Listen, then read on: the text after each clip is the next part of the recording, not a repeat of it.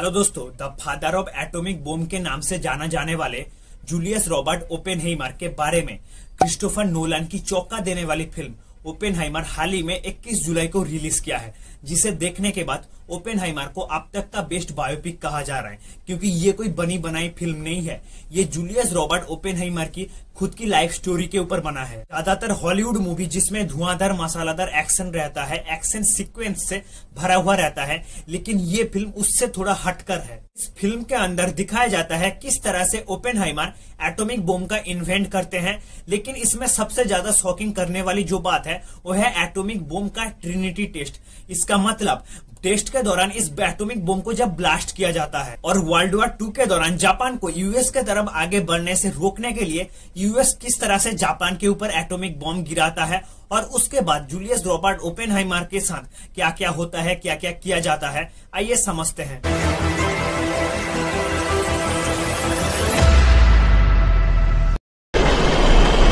Christopher Nolan की ये film 3 parallel story line से बनी है। ओपेनहाइमर की शुरुआत सीन्स में ओपेनहाइमर के कैरेक्टर में किलियन मर्फी एक अमेरिकन फिजिक्स स्टूडेंट जो कि 1920 में इंग्लैंड और जर्मनी में अपनी ग्रेजुएट स्टडी को पूरी कर रहे थे।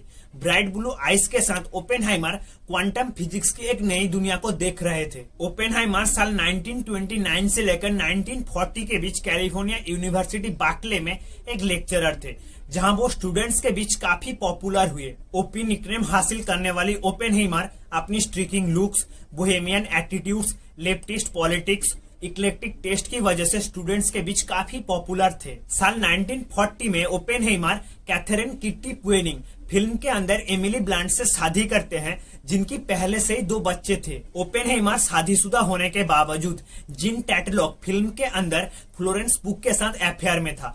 टैटलॉक जो कि यूएस कम्युनिस्ट पार्टी का एक मेंबर था, और कुछ ऐसा होता है टैटलॉक 29 साल की उम्र में सुसाइड कर लेते हैं, और टैटलॉक के साथ संबंध बाद में जाके ओपेनहाइमर के लिए डिवास्टिंग साबित होता है। दूसरी स्टोरी लाइन्स में जब साल 1939 में हिटलर ने पोलैंड पर हमला किया, तब यूएस सोचने लगा नाज़ी सीरियसली अपना न्यूक्लियर वेपन बना सकता है, और इससे ओपेनहाइमर को यह समझ आ चुका था कि अगर नाज़ी अपना न्यूक्लियर वेपन बना लेता है तो वेस्टर्न सिविलाइजेशन खत्म हो सकती है। मैनहट्टन प्रोजेक्ट के बुलावे के लिए ओपेनहाइमर के लिए सबसे ज्यादा जरूरी जो चीज था वो था विश्वास जीतना, जिसके लिए ओपेनहाइमर को थोड़ा बहुत समय लगा। और Oppenheimer General Leslie R Groves film के अंदर कैरेक्टर में मैट डेमन और कुछ टॉप सीक्रेट्स लीडर्स की वजह से ओपेनहाइमर इस प्रोजेक्ट की टॉप लीडर बन जाता है। साल 1945 में कुछ अच्छे साइंटिस्ट के साथ ओपेनहाइमर न्यू मैक्सिको के जानार्दा देल मुएर्तो रेगिस्तान में चला जाता है और दुनिया का पहला एटॉमिक बॉम्ब का टेस्ट स्टार्ट होता है। 20 किलोटन टीएनटी के बराबर बल के साथ विस्फोट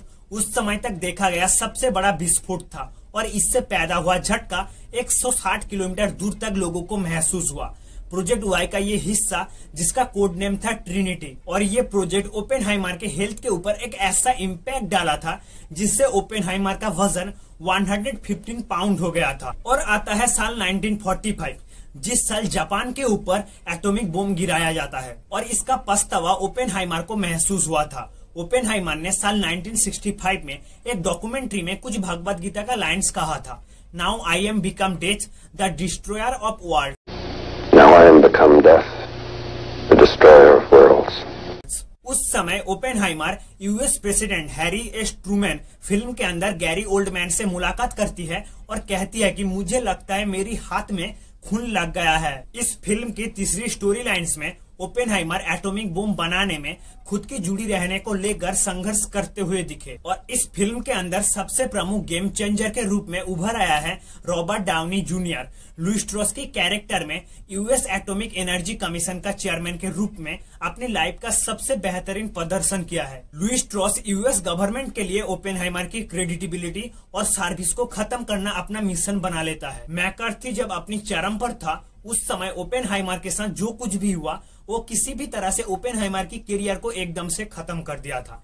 ये काफी हद तक सच है कि रसिया अमेरिका से एटॉमिक टेक्नोलॉजी को चुराया है, क्योंकि उस समय रसिया का एक स्पाई इस प्रोजेक्ट में शामिल था जिसे सब एक साइंटिस्ट समझ रहे थे। ओपेनहाइमर लिबरल थे, उनकी लेफ्ट और कम्युनिस्ट के साथ संबंध था, और जब ओपेनहाइमर एटॉमिक बॉम्ब को लेकर कुछ कंट्रोवर्शियल बात करने लगे, उनकी इस बात को कुछ यूएस पॉलिटिशियन का पसंद नहीं आया और यूएस एटॉमिक एनर्जी कमीशन का चेयरमैन लुईस स्ट्रॉस उनके कैरेक्टर पर सवाल उठाया और एक स्पेशल कमेटी बैठाई गई जहां उनको जिन टेक्लो के साथ संबंध रहने के कारण कम्युनिस्ट बोला गया, रशियन स्पाई बोला गया, हाइड्रोजन बम बनाने के समय विरोध करने के लिए दोषी साबित किया गया, उनके ऊपर काली छिटकाया गया, उनसे सब कुछ छीन लिया गया और करीब 68 साल बाद उनको इस काली दाग से मुक्ति मिली।